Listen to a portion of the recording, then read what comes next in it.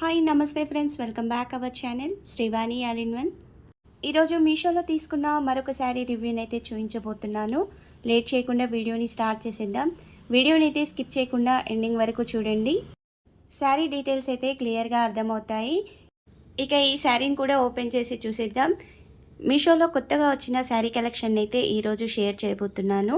ఇక ముందు కూడా మన ఛానల్లో అయితే ఇలాంటి కొత్త sari collection, different sari collection అయితే చాలా రాబోతుంది.